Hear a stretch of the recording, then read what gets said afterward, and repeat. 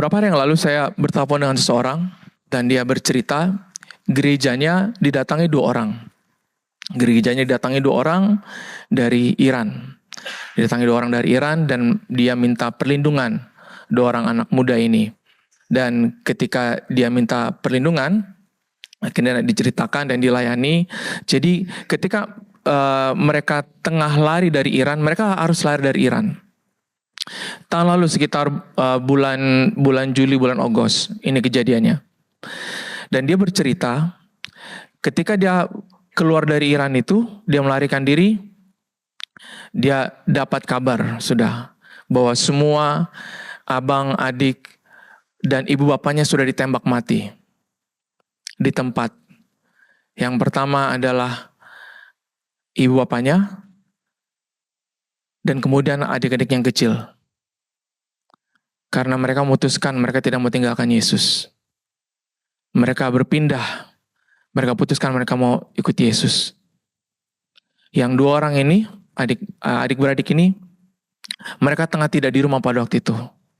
Jadi mereka harus melarikan diri dengan fakta yang mereka dapatkan. Kita terlalu nyaman sebagai orang Kristen. Gereja akhir-akhir ini menjadi tempat yang nyaman dan tempat menjadi konser. Gereja akhir-akhir ini menjadi tempat orang hanya untuk duduk, panaskan kursi, pulang. Kita lupa kalau Tuhan panggil kita untuk keluar. Kita lupa Tuhan panggil kita untuk bertobat. Tinggalkan kebiasaan buruk. Pikul salib, ikut Yesus. Akhirnya kita gereja melihat, oh musik bagaimana ya, oh khotbahnya bagus atau tidak ya, oh kalau ini yang khotbah, oh kurang jokes ini, semua serius sangat. Gereja menjadi tempat untuk memuaskan keinginan kita. Banyak sekarang seperti itu. Orang Kristen tidak sadar, terjebak oleh jebakan setan. Tuhan dapat hadir di mana-mana, betul, saya setuju. Tapi Tuhan hanya akan hadir di tempat di mana ada orang yang berkenan pada Dia. Tuhan dapat hadir di diskotik, boleh. Di klub malam, dapat. Tapi kalau tidak ada orang yang berkenan di depan Dia, di situ. Tidak ada orang yang menarik hati Dia di situ, Dia tidak akan ada di sana. Apakah engkau berada di tempat di mana Tuhan berada? Ataukah engkau sedang meminta, Tuhan sertai aku Tuhan? Tren kebangunan rohani. Media tidak expose apa yang terjadi di Iran akhir-akhir ini. Dari tahun lalu. Betapa satu gelembang rohani, banyak orang-orang saudara kita memeluk Yesus. Internet di mana-mana semua. Mereka dapat akses mengenai siapa Yesus, apa yang dilakukan Yesus. Dan dibandingkan Yesus dengan yang satu lagi. Dan mereka jadi terbuka. Dan mereka ditembak mati seperti tadi. Instruksi saya tadi malam, 3 yang ditembak, ini cuma 1 yang ditembak. Maafkanlah ya. Ya, itu tidak angkat, betul. Improvisasi bagus juga. Tapi itu yang terjadi. Kita belum sampai di sana. Tapi mungkin masanya akan tiba. Kau tinggalkan Yesus atau kau hilang kerja? Kau tinggalkan Yesus atau kau dijauhi dari keluarga? Ada kereta kebangunan rohani, ada tren kebangunan rohani saat-saat ini sedang dalam stop hanya untuk sesaat. Kamu mungkin akan tertinggal kalau kamu tidak naik. Kita. Maukah kita segera naik tren itu? Tren itu mungkin tidak akan berhenti lama. Amin? Amin? Amin? Dan 2 orang tadi saling menguatkan. Mereka secara tidak sadar mereka membentuk satu kelompok kecil. Dan saling menguatkan. Boleh saja mereka putuskan, sudah tiada harapan. Apalah artinya Yesus? Ibu bapak saya sudah tidak ada, adik-adik saya sudah tidak ada. Sudahlah, tinggalkan saja. Kembali.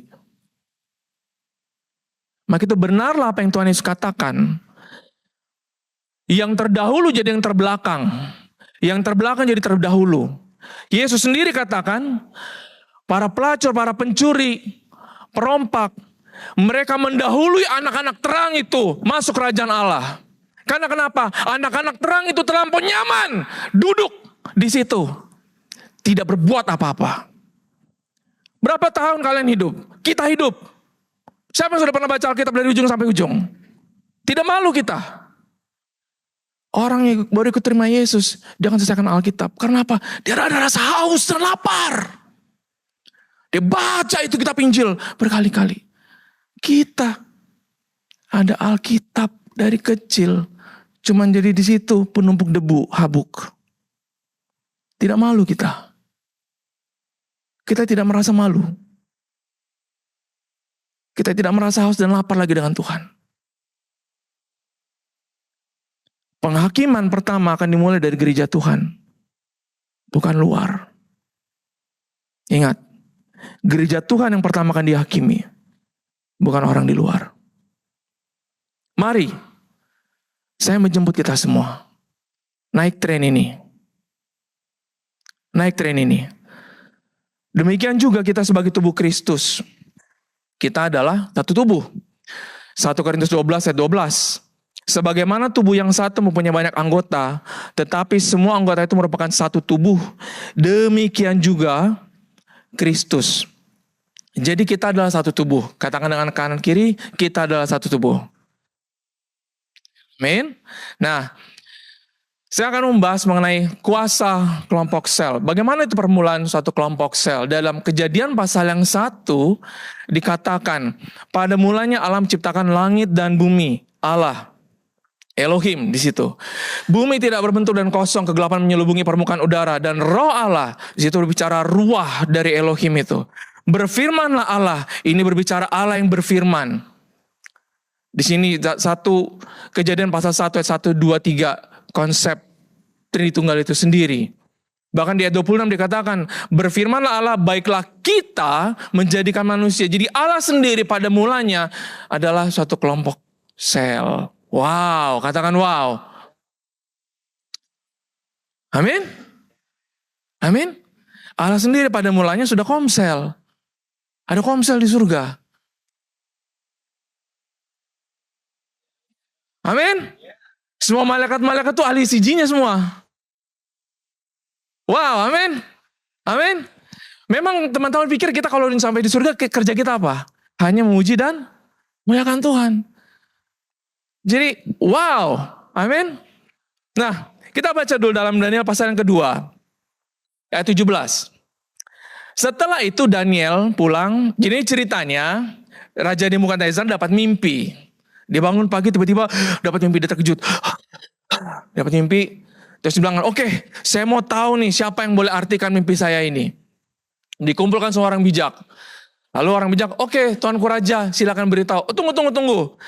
Nanti kalau saya cerita, nanti kalian akan buat cerita arti-artinya. Oke, aku tidak mau begitu. Kalian semua nanti akan bohong pada saya. Dan kalian akan buat kejadian supaya mirip seperti apa yang kalian katakan. Tidak mau. Begini, kalian harus ceritakan apa mimpi saya, dan kalian harus ceritakan apa artinya. Cakap semua orang demo dia. Ini raja sudah gila nih. Dia yang mimpi, kita karena ceritakan apa mimpinya. Mana ada katanya. Tidak ada itu raja begitu. Maka itu Raja Nebukadnezar kecewa. Semua orang bijak di tanah Babel ini, semua harus dimusnahkan. Wah, takut. Karena Daniel, Hananya, Misael, dan Azaria ada termasuk dari orang bijak itu. Dan kemudian Daniel meminta waktu. Dan kemudian ayat 17 ini. Daniel pulang ke rumahnya dan menyampaikan hal itu kepada ahli sijinya.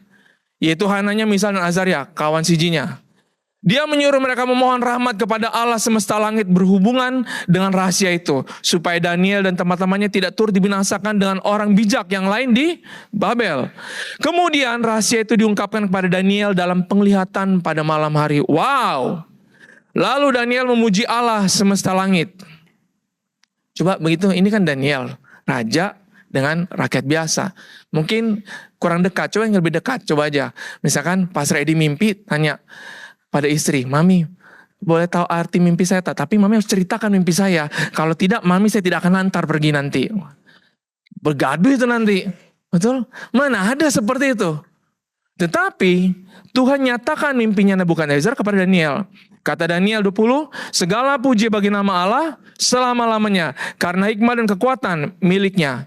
21, dia mengubah waktu dan musim. Dia memecat dan melantik raja-raja. Dia mengurniakan hikmah kepada orang bijak dan pengetahuan kepada orang yang memiliki pengertian. Dia menyingkapkan hal-hal yang dalam dan tersembunyi. Dia mengetahui apa yang ada dalam gelap dan cahaya menetap dalamnya. Ya Allah nenek moyangku, aku mengucap syukur dan memuji Engkau, karena Engkau mengurniakan padaku kebijaksanaan dan kekuatan. Sekarang ini Engkau telah memberitahukan kepadaku apa yang kami mohonkan daripadamu, karena Engkau telah menyatakan kepada kami perihal raja. Oleh sebab itu Daniel pergi menemui Ariok yang telah dilantik oleh raja untuk membinasakan orang bijak. Dia pergi dan berkata, jangan binasakan orang bijak di Babel, bawalah hamba menghadap raja. Wow. Daniel datang kepada kawan-kawannya. Daniel, Hananya, Misal, dan Azaria. Mereka berada dalam pembuangan di Babel. Mereka menjadi sebuah kumpulan 4 orang yang memiliki rasa hormat dan takut akan Allah. Mereka saling berbagi dan terbuka dalam keadaan apapun. 4 orang ini mereka membentuk satu sel grup, satu kumpulan sel yang tidak sempurna. Kenapa tidak sempurna? Mereka dalam pembuangan. Kenapa mereka dalam pembuangan? Karena Yehuda dan Israel telah meninggalkan Tuhan Allah mereka. Kumpulan orang-orang, bukan orang-orang yang kudus gitu, ada bulatan di sini, bukan. Orang biasa. Tapi mereka berkumpul dan mereka berdoa bersama-sama. Mereka memiliki rasa takut dan akan Allah bersama-sama. Pada hari Rabu lepas saya meeting dengan semua ketua cell group dan juga zone leader. Dan saya tanya, apa arti cell group bagi kamu? Dan semua masing-masing menjawab. Dan akhirnya kita buatlah definisi ala dimensi bahasa. Sama-sama kita baca. Cell group 1, 2, 3. Sebuah komunitas orang percaya yang aman sebagai tempat untuk bertumbuh, di mana semua orang terlibat dalam pemuridan dan satu sama lain menjadi satu keluarga. Amin. Amin. Nah, Yesus dan murid-muridnya pun adalah satu kelompok sel pertama kali dalam perjanjian baru. Dan Yesus menerapkan prinsip memuridkan dan dimuridkan. Yesus berkata kepada murid-muridnya, jika seseorang hendak mengikutku, dia harus menyangkal dirinya, memikul salib, dan mengikutku. Jadi, sesudah Yesus berkata pada muridnya, pikul salib, ikut aku. Lalu Yesus bilang, terakhir kan dalam Matius 28, jadikanlah semua bangsa menjadi muridku. Jadi mereka dimuridkan dulu oleh Tuhan Yesus. Kemudian, setelah Yesus mati dan bangkit, sekarang giliran kalian. Sekarang kalian, lakukan apa yang telah saya ajarkan kepada kalian. Amin. Kebanggaan ibu bapak adalah anak-anaknya lebih berjaya daripada mereka sendiri, betul? Tidak ada ibu bapak yang waras yang berkata, anakku jangan kau lebih berhasil daripada bapak ya. Tidak ada. Stres tuh nah. Ya kan? Tidak ada. Ibu bapak pasti bilang begini, kau harus lebih bagus daripada bapak. Amin. Kau harus lebih baik daripada bapak. Yesus sedang berkata pada murid-muridnya. Bahkan Yesus katakan seperti ini, engkau akan mengusir setan demi namaku, kata Tuhan. Engkau akan menumpangkan tangan atas orang sakit dan orang itu akan sembuh, kata Tuhan. Engkau akan melakukan mukjizat-mukjizat demi namaku. Engkau akan digigit ular dan bukan ular, dan kau tidak akan mati, katanya. Bukan ularnya, sorry. Ularnya sih hidup saja. Haleluya.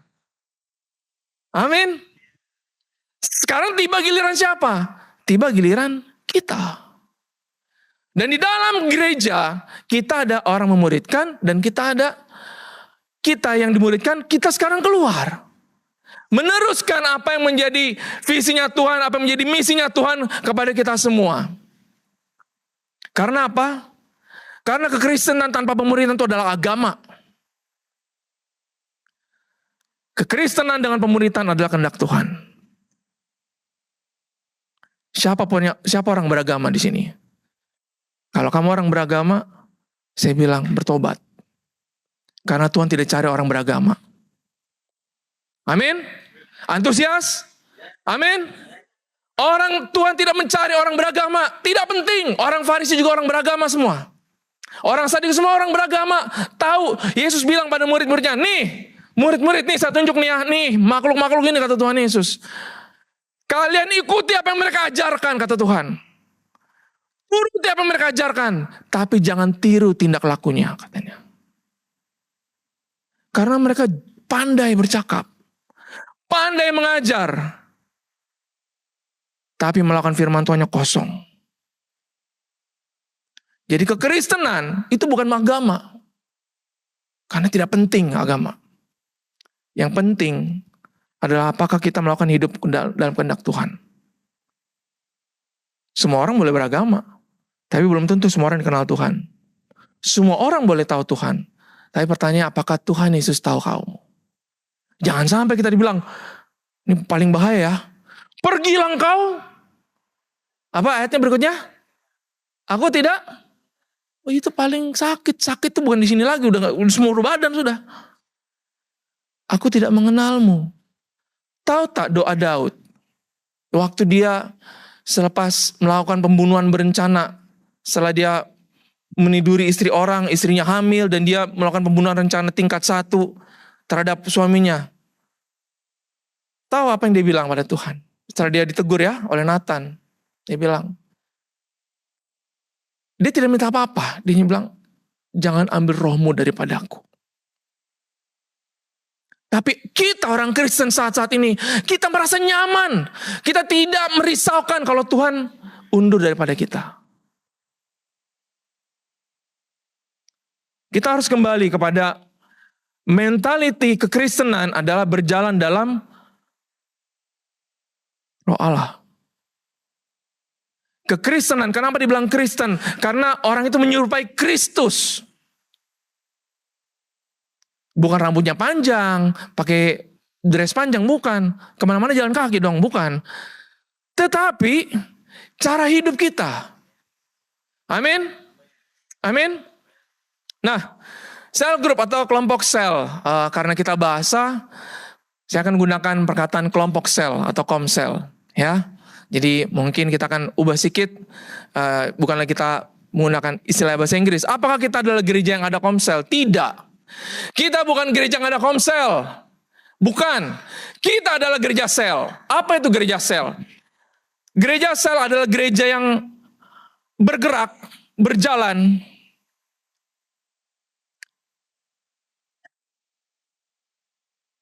Gereja yang ada komsel dapat bergerak, berjalan kalau tiada komsel. Gereja sel bergerak, berjalan, bermula dari komsel yang sehat dan bertumbuh. Bukan sekedar ada komsel. Komsel yang sehat dan bertumbuh. Apa itu komsel yang sehat bertumbuh? Bagaimana maksudnya? Apa itu komsel yang sehat bertumbuh? Halo para ketua-ketua komsel di sini. Pernahkah Anda WhatsApp? Shalom semuanya. 3 hari lagi kita komsel ya. 1 jam sebelum hari komsel pun tidak ada yang respon. Ada yang pernah merasakan, katakan amin. Laju betul ya. Risau kita, mana tidak.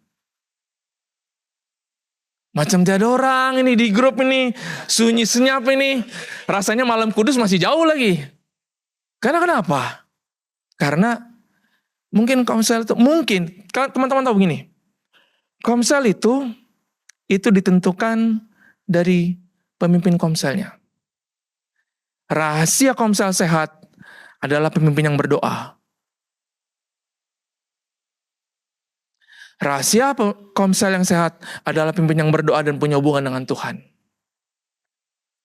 Pemimpin yang sanggup habiskan waktu bersama dengan Tuhan. Bukan sudah baca Alkitab sampai bolak-balik 1000 kali. Bukan. Karena apa? Karena wanita Samaria yang bertemu dengan Yesus di Perigi Yang dikatakan saya tidak punya suami. Yesus bilang, iya memang kamu tidak punya suami. Karena saat ini yang sama dengan kamu suami orang. Wanita itu tidak belajar firman Tuhan. Alkitab katakan dia balik ke kampungnya dan ramai orang di kampungnya dipercaya pada Yesus. Dia tidak belajar teologi. Kalau kita punya kedekatan dengan Tuhan, urapan dari atas. Ini prinsip pimpinan rohani ya. Dimanapun juga. Kalau gereja atasnya, kita, para pemimpinnya, kompromi dengan dosa, tidak takut Tuhan, tidak punya kerinduan dengan Tuhan, berdoa menunggu amin. Ini di bawah jadi cancer semua. Pahit nih, saya akan berbicara padanya saja. Gereja yang sehat, itu dari kepala juga yang sehat. Tapi, ada juga kadang-kadang yang di bawah-bawahnya yang tidak mau sehat. Sudah lain cerita. Kalau di bawahnya tidak mau sehat, seperti Paulus katakan, ya di-cut. Saudara, teman-teman, kita adalah gereja sel. Saya boleh lihat sini tangan-tangan terangkat, siapa yang sudah menyertai komsel, boleh angkat tangan. Jangan ragu-ragu, saya tidak akan menembak seperti tadi. Ada? Yang belum, teman-teman, sertai sel group. Saya komsel. Komsel itu adalah tempat di mana komunitas kecil dengan impact yang besar. Saya mau lebih besar lagi sebetulnya tulisan dari situ, tapi nanti yang lain dari kecil-kecil. Impact yang besar. Amin. Amin.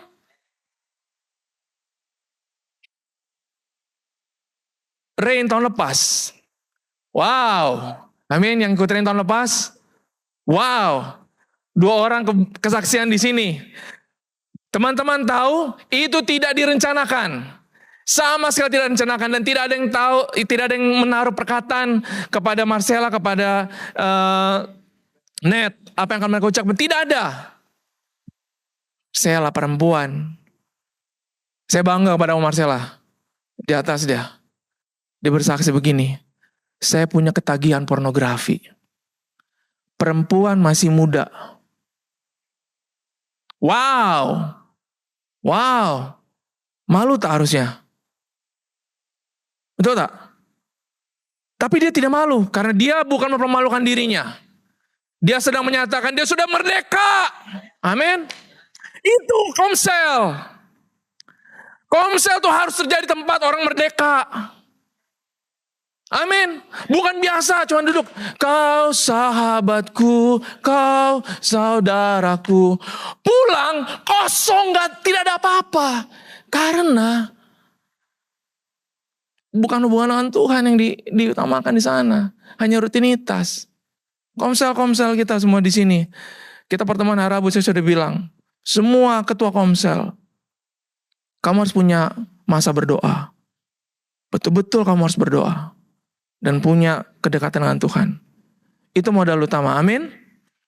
Amin. Mengapa saya perlukan komsel? Hari-hari ini alasan banyak. Komsel masih relevan kah? Saya zaman sekarang itu kan zaman dulu, zaman Kisah Para Rasul. Lalu ada orang bilang, yang lain juga punya kesilapan yang sama. Brother cakap, jangan datang lambat. Brother pun datang lambat. Saya juga kadang-kadang begitu ya kan. Yes, gitu ya. Mohon ampun. Lalu ada yang bercakap, saya pun boleh renungan sendiri dekat rumah, bah.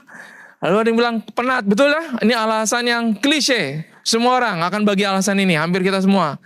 Urusan keluarga tidak ada habis lah. Aduh, ada anak, nanti anak saya perlukan membersihkan tandas lagi, nanti dia buang air besar dan segala macam, semuanya. Masih banyak kerja saya kena jaga pengeluaran. Brother, itu kan grupnya jauh dekat Bethlehem saya. Ini saya di sini kan. Jauh segala semuanya. Lalu kemudian ada, jangan-jangan sampai ada menyesal. Aduh, kenapa saya pula bagi nomor WhatsApp saya kepada brother. Sampai sekarang saya dihubungi jadi. Ini kalau ada yang terakhir nih, aduh luar biasa nih. Sakit nih saya.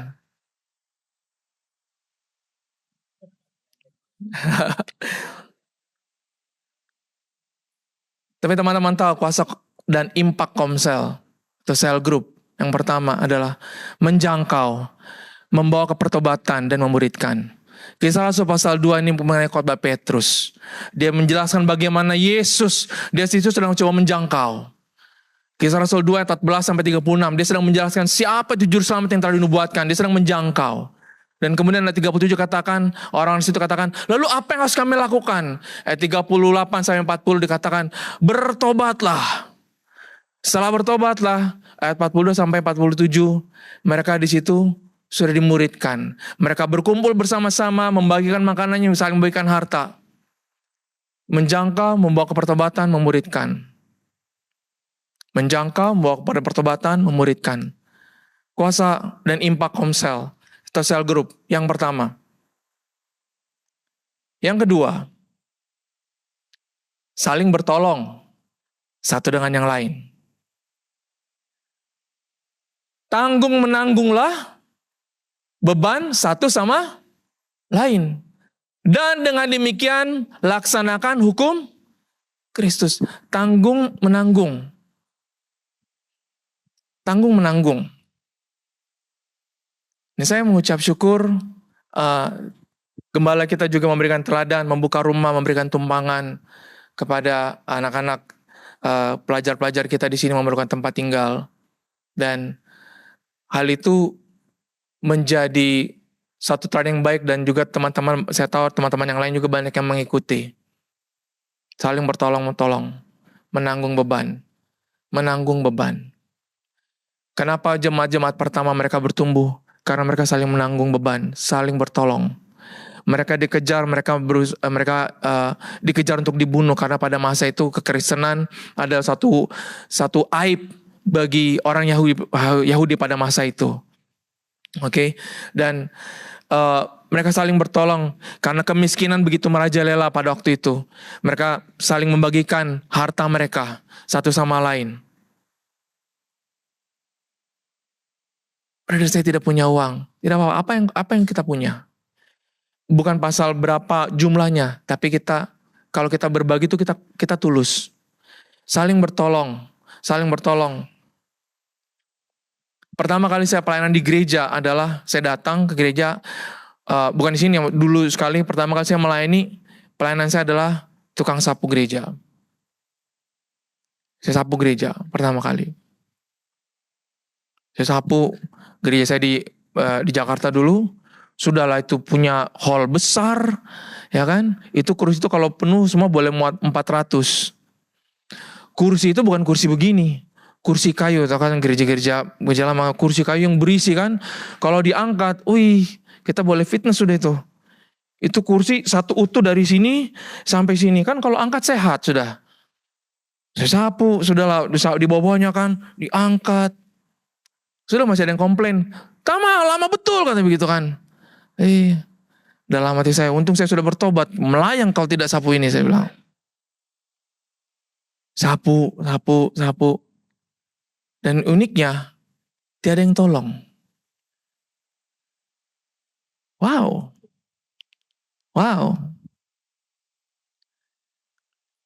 Dan suatu ketika saya pergi perjalanan misi ke satu kampung terpencil di Pulau Jawa.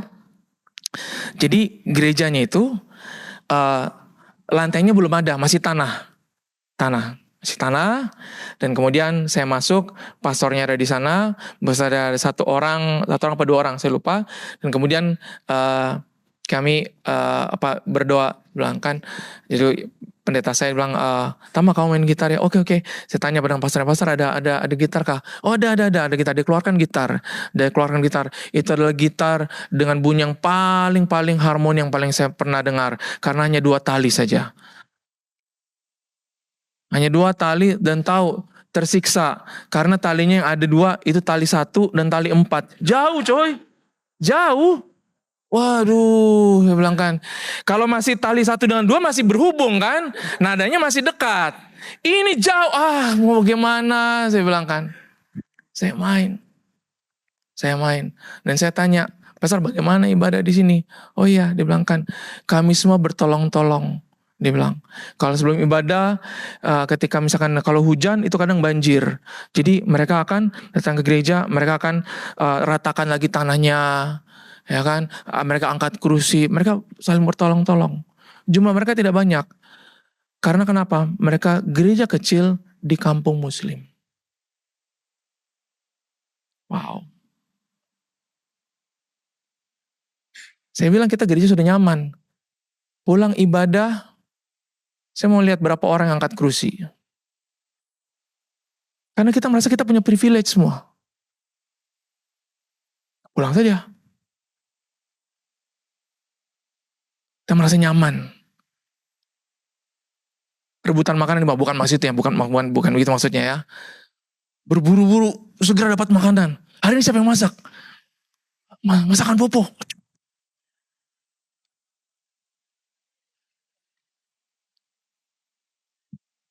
Karena kita merasa kita punya privilege. Padahal sebetulnya kita harus saling bertolong-tolong. Amin. Kita harus saling bertolong.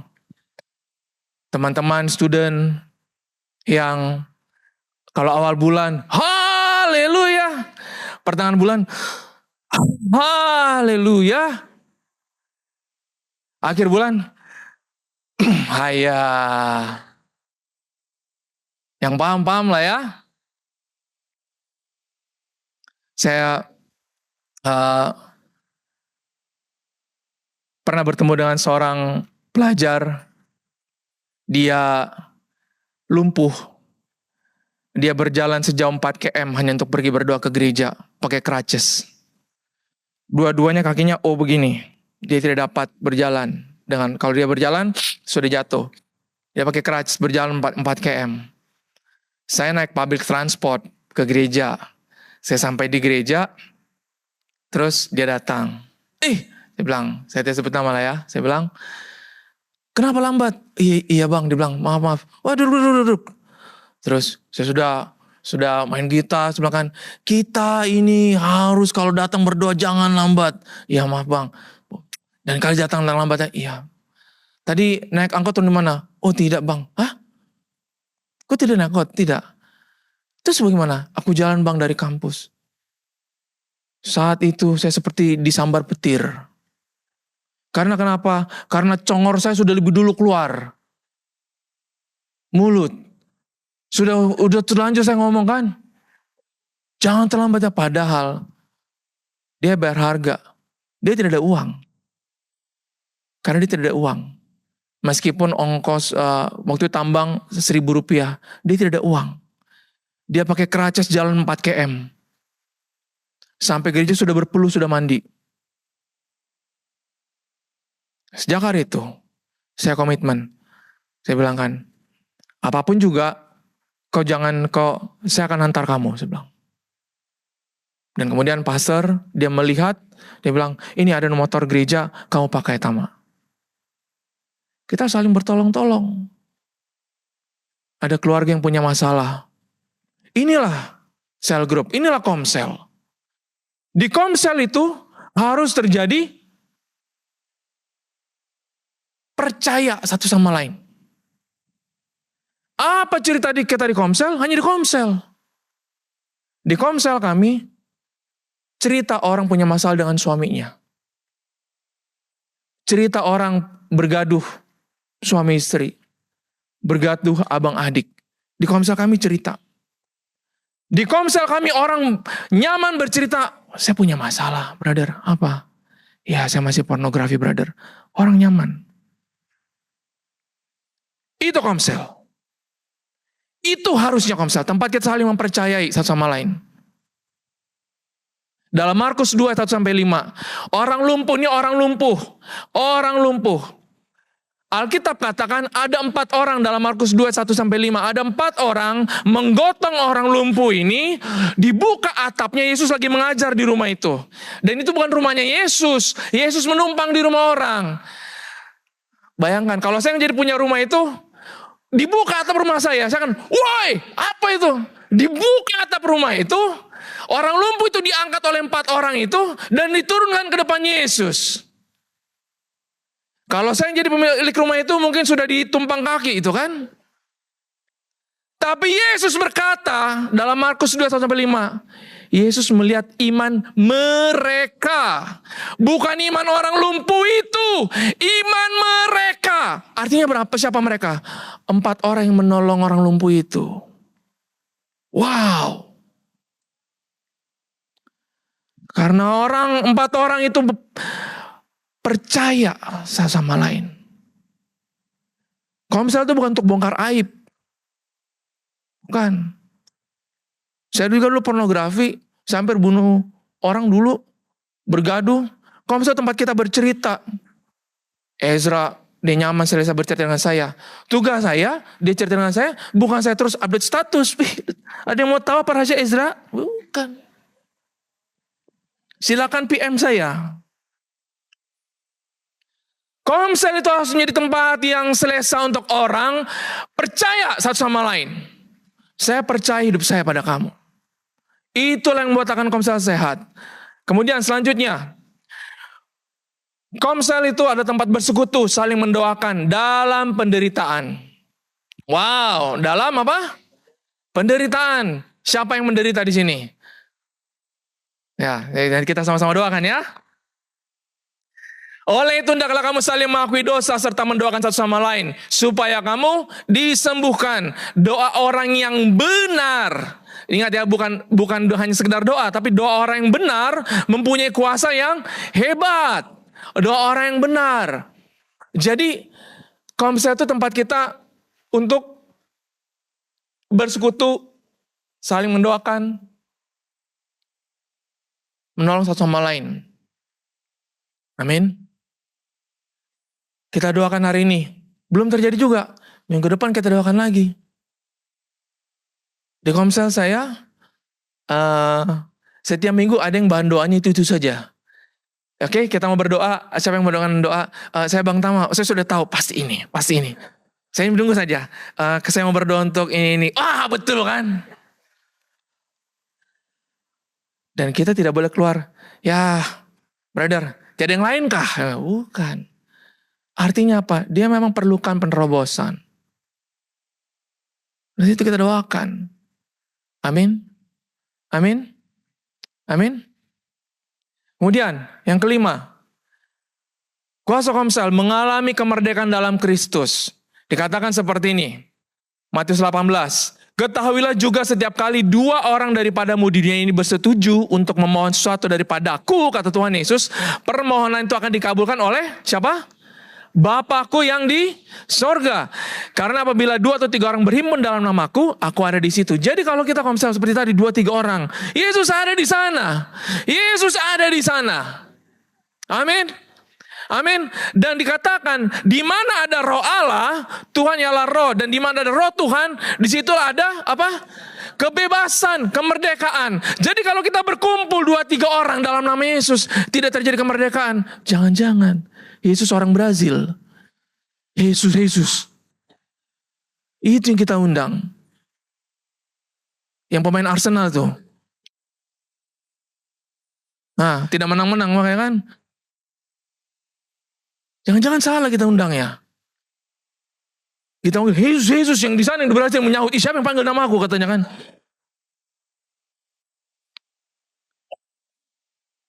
Komsel itu harus ada roh Allah. Amin. Amin. Dan roh Allah hanya akan hadir. Alkitab katakan kalau kita sudah bangun bait Allah. Bait Allah bukan ini nih, bukan. Sini bait Allah. Amin. Kita datang Komsel, hati kita masih pahit dengan orang. Bereskan dulu. Amin. Satu kali saya tegur orang di CJ saya. Saya bilang, Bang, abang adalah bait Allah kan? Iya. Abang percaya abang bait Allah kan? Iya. Coba bang, lihat gereja mana bait Allah? Gereja, kita bicara gereja dulu bang ya. Ya, gereja mana di sini yang di ujung atasnya itu ada cerobong asap bang? Tidak ada itu Bang Tama. Iya, makanya itu abang adalah bait Allah. Kenapa abang harus ada cerobong asap keluar dari mulut itu, asap rokok? Aku bilang kan.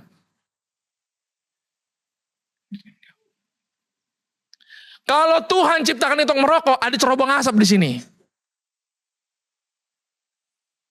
Yang masih merokok katakan amin. Wih, siapa tuh?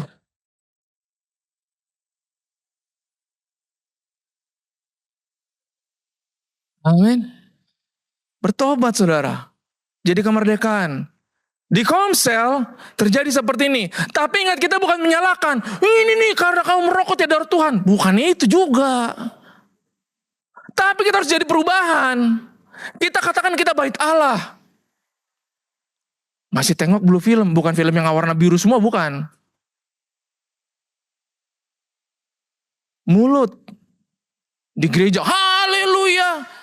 Engkaulah Raja. Traffic light. Motosikal lewat.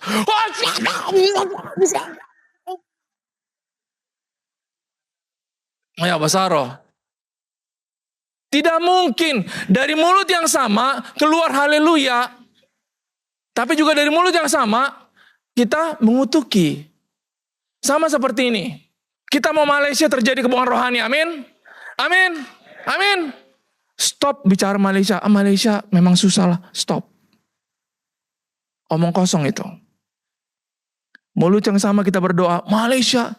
Tapi mulut sama kita bilang, Malaysia mah boleh susah. Tidak ada.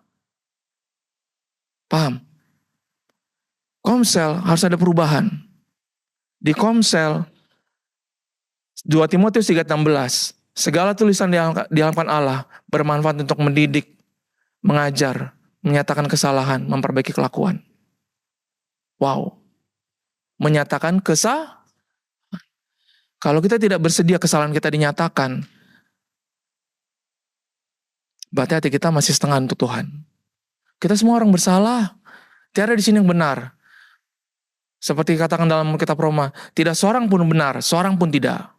Semua kita berbuat dosa. Permasalahannya, berapa lama kamu mau menyeret hidup kamu dalam dosa? Tuhan datang untuk menolong. Berapa lama lagi kamu akan menjauh di Tuhan? Yang keenam, kuasa dan impak Komsel. Ada tempat pelatihan sebelum diutus keluar. Yesus berkata dia memanggil murid yang 12 itu, lalu mengutus mereka berdua-dua, serta memberi mereka kuasa atas roh-roh jahat. Luar biasa. Memberi mereka kuasa atas roh-roh jahat. Suatu kali saya dipanggil, Brother Tama boleh datang ke rumah Kak? Kenapa? Ya saya merasa seperti ada roh yang mengganggu di rumah saya. Saya bilang kan, ya tengking aja dalam nama Yesus, saya bilang kan. Saya perlukan brother. Saya tanya suatu soal begini. Kau punya Tuhan dengan saya punya Tuhan lain kah? Saya bilang. Kita punya mindset. Kenapa kita begitu? Karena kita tidak punya hubungan dengan Tuhan. Sehingga kita mengandalkan orang. Kita berpikir hamba Tuhan seperti Ghostbuster. Datang, setan lari atau dimasukin ke botol. Bukan. Tuhan kita sama. Yesus sendiri katakan dia memberi kuasa atas roh jahat. Dan ketika rasul-rasul pergi 2 orang, bukan mereka sudah sampai di sana, aduh perlu Yesus nih, bagaimana nih? Mereka memakai kuasa itu. Kita diperlengkapi untuk kita diutus keluar. Untuk melakukan apa yang menjadi kehendak Tuhan. Saudara-saudara, Yesus berkata, tuaian banyak sekali, penuai hanya segelintir. Berdoalah dengan bersungguh-sungguh kepada Tuhan yang punya tuaian itu, supaya mengantar pekerja untuk menuai. Dan Yesus juga berkata, pergilah, dengarlah, aku mengutus kamu seperti anak domba ke tengah-tengah serigala. Ini yang terjadi zaman sekarang. Internet, AI, banyak orang meninggalkan Tuhan, tapi ada juga banyak orang datang kepada Yesus. Apologetika semakin terbuka di mana-mana, semakin transparan di mana-mana. Hari-hari semakin mendekat. Apa yang sedang terjadi di Timur Tengah, semua sudah dinubuatkan oleh Yesus. Semua sudah dikatakan. Yesus berkata, camkanlah ini, aku sudah mengatakannya terlebih dahulu, kata Tuhan Yesus. Hidup kita hanya sementara. Kalau kita ada hidup, kita pakai untuk kemuliaan Tuhan. Dan untuk kita bertumbuh, mari saya menjemput kita semua. Mari bersama-sama masuk dalam Cell group. Tengok muka-muka ceria di sini, ya. Tidak ada muka 1, 2, 3 tidak ada begini. Horor betul. Semua di sini mereka berdalam cell group. Teman-teman, mari bersama-sama masuk dalam komsel. Mari bersama-sama, bertumbuh bersama, susah bersama, keluarga, bertumbuh bersama, susah bersama, berjaya bersama-sama. Amin. Nanti kalau sempat pergi ke Berjaya Times Square lah sana, ya. Kita berjaya bersama-sama. Oke? Kita sukses bersama-sama. Kita dimuridkan bersama-sama. Dan akan ditegur, Anda akan ditegur. Anda akan ditegur. Kalau Anda berpikir ikut komsel tidak akan ditegur, jangan ikut. Karena kalau Anda berada dalam gereja yang tidak menegur Anda, jangan-jangan itu bukan gereja. Gereja yang tidak pernah berbicara mengenai masalah dosa di mimbar, itu jangan-jangan bukan gereja. Karena Yesus sendiri selama khotbah dia, dari Matius sampai Injil Yohanes, dia selalu berbicara mengenai urusan dosa. Karena dosa harus dibereskan. Amin. Saya boleh minta pemusik? Kita harus bereskan masalah dosa. Saya menjemput teman-teman. Dan kita juga ada church camp. Wah, ini iklan nih, kesempatan. Iya. Church camp kita akan ada 1-3 Mei. Oke. Church camp, saya mau jemput teman-teman untuk hadir, sertai bersama-sama camp gereja ini. Pendaftaran nanti ada di belakang, ada Sofia di belakang, dan juga nanti ada JLC, sertai. Yang terutama, saya ingin kita semua, mari kita sama-sama kita bertumbuh melalui komunitas sel, kelompok sel yang ada. Kita bertumbuh, kita semakin melayani Tuhan, kita makin mengenal Tuhan. Amin. Dan saatnya, bila lagi saatnya untuk kita menjadi perpanjangan tangan Tuhan, menjangkau orang-orang lain, orang-orang yang tidak dikenal Tuhan. Kita berdoa. Masa saya CG hari Jumat semalam kami CG di Pelangi, saya sampaikan apa yang Tuhan taruh dalam hati saya. Karena apa? Suatu saat ketika tahun 2017 2018, saya pergi CG ke sana, saya pakai motosikal. Saya berhenti. Pertama jangan parking di situ. Kenapa, Kak? Iya, jangan parking di situ. Kenapa, Kak? Iya, baru ada semalam orang bunuh diri jatuh di situ. Oh, patutlah tempatnya kosong.